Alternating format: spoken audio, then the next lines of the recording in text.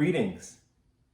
I am so honored to be a part of this celebration, 250th birth anniversary of the master Ludwig van Beethoven. My parents put the violin in my hands when I was 7 years of age, and growing up as a classical violinist, a musical artist, of course I played the music of Mozart and Tchaikovsky, Brahms, but the music of Beethoven always had a special place in my heart. And it wasn't until I had gone to college at the University of Rochester Eastman School of Music. One night I was in the library and I was watching a VHS video lecture of the man who would become my teacher and mentor, the Honorable Minister Louis Farrakhan, and he was speaking, and in his speech he was commenting on the tremendous contributions that Black people have made that we may not know about. And in this part of the speech he said, like Jesus, and he said, like Beethoven. And when he said like Beethoven, it was like the lights had come on in the room. I had to stop the tape, rewind it back, and play it again. And I said to myself, did he say Beethoven? And in that moment, he opened the door for me. I went into the library, the Rush Reach Library at the University of Rochester campus, Sibley Music Library at Eastman, and I began to dig into books and research. And I found that the man Beethoven, whose music I had always loved, was a man who looked like me. And for young Black children growing up in classical music, in my experience, we may not ever see someone looking like us playing and performing on instruments like the violin and in classical music, let alone the greatest composer of all time being one from among us.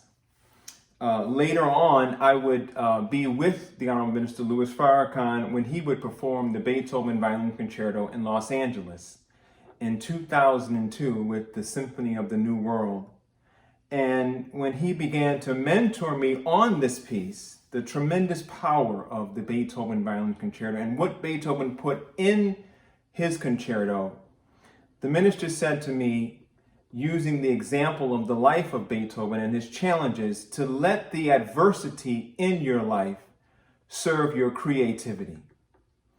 And it was Beethoven's tremendous challenge in losing his hearing that gave birth to the tremendous creativity in the music that we admire today. So here is a man who is a musical genius, an artist, performer, but to lose the one handicap that should be most profound in someone of his caliber, to have that become the handicap that would almost end his career, I can only imagine what that must feel like. But it was when Beethoven went to Heiligenstadt to essentially take his own life, that it was there that God intervened in his affairs. And rather than take his own life, it was there in his darkest moment that God anointed him with the power to write music in deafness. And in fact, the music that Beethoven wrote after coming out of Heiligenstadt was the most profound music that we had ever heard up to that point in classical music. He was writing music that had notes on the piano. They had to expand the notes on the keyboard to accommodate the music that he was writing. In his symphonies, he was writing music for instruments that they had to expand the size and the instrumentation of the orchestra to accommodate music that he never heard as we hear, but in his heart and in his mind, God had given him innovation. And even his Beethoven Violin Concerto, when it was premiered in 1806, was deemed so technically challenging, it was called unplayable, that no one touched it for 50 years after its premiere. A man that had never heard what he wrote, but yet here we are today, still admiring and appreciating his contribution. And so I believe that Beethoven has achieved what we say in the spiritual realm as eternal life. Here it is 250 years from his birth, and we're still talking about Beethoven. Beethoven is still alive. His physical flesh is not present, but in the sheet music, in the notes, is a man who put his heart and his mind, and it's our responsibility as artists to take the notes and take the spirit of Beethoven and have that spirit transcend through our instruments to bring him to life, and we continually bring him to life as we are doing in this celebration. And so I'm honored to be here, to be a part of bringing Beethoven and keeping him alive and having him live through me and through the students that I teach through Muhammad School of Music, that the name of Beethoven and his contribution may live on forever. One of the pieces that I'm presenting in the Beethoven Sonata number 9 was written for another black classical superstar of his day, a man that was referred to as the Abyssinian Prince, George Polgreen Bridgetower, who was a violin virtuoso, and he and Beethoven came together to write this sonata. And when I perform the sonata with my piano accompanist, Mr. Tony Kuntz, I can feel in the sonata the conflict that black classical artists experienced in that day, and that I experience today.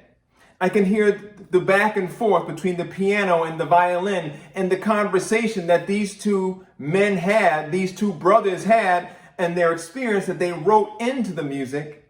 And now here we are today. I can play the music and hear and feel what that must have been like, and also what I am experiencing myself. It's a marvelous piece, and as the story goes, Beethoven hadn't even finished writing the piece up until the premiere, so much so that Bridgetower had to stand over Beethoven's shoulder at the piano and read the violin solo. And then the story continues on that later that night, they were at dinner, and Bridgetower, in a conversation, said something disparaging about Beethoven's immortal beloved. And Beethoven went home and scratched the dedication off of Bridgetower and wrote in Rudolf Kreutzer's name, and Kreutzer hadn't even played the piece. But what would have been of Bridgetower's career had we kept the dedication under his name? We would know more of him than we do today.